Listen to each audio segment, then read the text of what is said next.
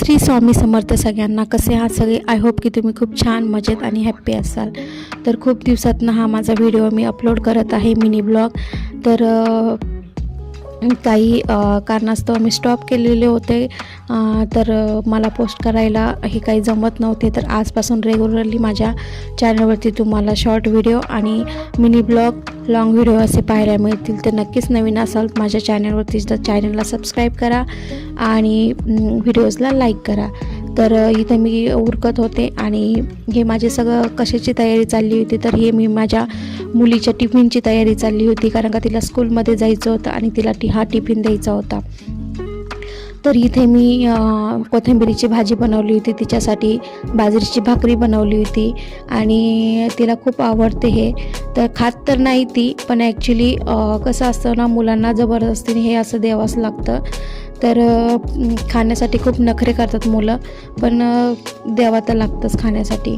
कारण का आईचा जीव आहे तर तो मुलांमध्ये असणारच आणि तो कायम राहणारच. तर इथे मी तिच्या वेण्या अशा घालून घेतलेल्या होत्या.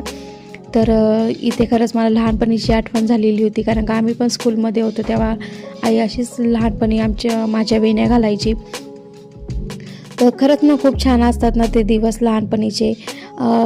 ते वेगळंच असतं खरं तर. ते जीवनच वेगळं असतं. कोणाचं टेन्शन नाही, कोणाचा स्ट्रेस नाही, कोणी बोलणारं नाही, कोणी काय नाही. आपलं जीवन, स्कूल, आपलं खेळणं आणि अभ्यास याच्यामध्येच आपण मग्न असतो लहानपणी.